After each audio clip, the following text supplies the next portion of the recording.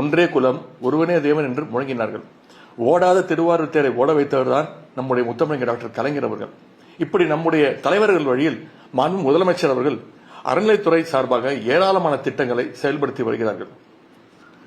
திராவிட model அரசு அமைந்த இந்த 3 ஆண்டுகளில் மட்டும் 1400க்கும் அதிகமான கோயில்களுக்கு குடமுழுக்கு செய்து வைத்தவர் நம்முடைய மாண்பு முதலமைச்சர் அவர்கள்.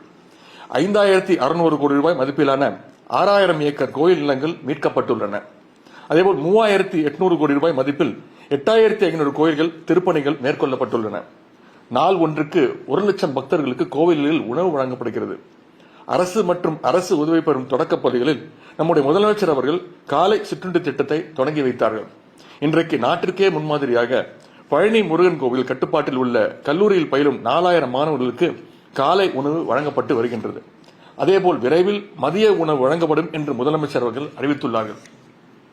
திராவிடம் என்பது எல்லோருக்கும் எல்லாம் என்பதுதான். திராவிடம் யாரையும் ஒதுக்காது, எல்லோரையும் இணைக்கும் என்பதற்கு உதாரணம் தான் அனைத்து சாதனையரும் மகளிரையும் அர்ச்சராக்கியவர் தான் நம்முடைய முதலமைச்சர் அவர்கள். அதேபோல் அன்னை தமிழில் அர்ச்சனை என்ற திட்டம் அனைத்து கோவில்களும் செயல்படுத்தப்பட்டு வருகிறது.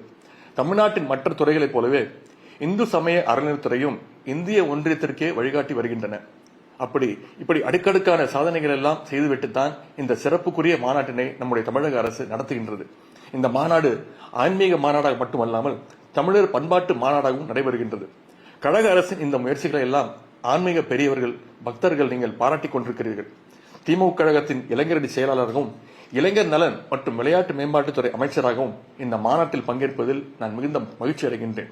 ஆன்மீகத்தை எல்லோருக்கும் உடையதாக ஆக்குகின்ற வகையில் நடைபெறும் அனைத்துலக முத்தமிழ் முருகன் மாநாடு வரலாற்றில் என்றென்றுக்கும் நிலைத்திருக்கப் போவது உறுதி. இந்த மாநாட்டை சிறப்பாக ஏற்பாடு செய்துள்ள இந்து சமய அறநிலைத்துறைக்கு என்னுடைய வாழ்த்துக்களை நான் மீண்டும் தெரிவித்துக் கொள்கின்றேன். இந்த வாய்ப்புக்கு நன்றி கூறி விடைபெறுகின்றேன். நன்றி, வணக்கம்.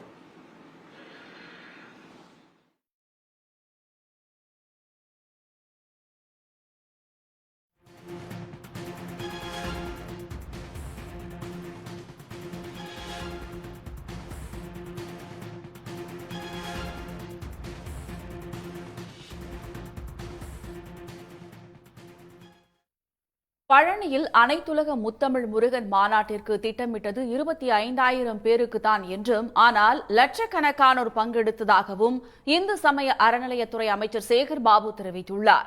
தமிழ்நாடு முதலமைச்சர் முருகனுக்கு எடுக்கின்ற விழாவை அனைத்து தரப்பு மக்களும் ஏற்றுக்கொண்டனர் என்பதை இது காட்டுவதாகவும் அவர் கூறியுள்ளார். திட்டமிட்டது ஒரு 20,000 25,000 பேர் வருவார்கள் என்று திட்டமிட்டிருந்தோம்.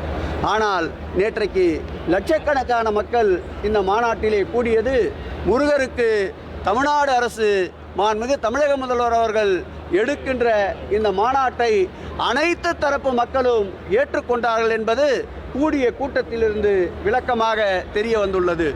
இந்த மாநாட்டை பொறுத்தளவில் 3D கண்காட்சி ஒன்று ஒரு பாட்டு வடிவமைத்து நம்முடைய டைரக்டர் பா. விஜய் அவர்களால் ஒருங்கிணைக்கப்பட்டிருக்கின்றது. ஒரே நேரத்தில் 200 பேர் அரங்கத்தில் உட்கார்ந்து பார்க்கின்ற அளவிற்கு வசதி ஏற்படுத்தப்பட்டிருக்கின்றது. அதோடு VR என்று சொல்லப்படுகின்ற விர்ச்சுவல் ரியாலிட்டியில் 100 பேர் ஒரே நேரத்தில் உட்கார்ந்து அறுவடை முருகரையும் நேரடியாக தரிசிக்கின்ற ஒரு நல்ல சூழ்நிலையை உருவாக்கி தந்திருக்கிறது.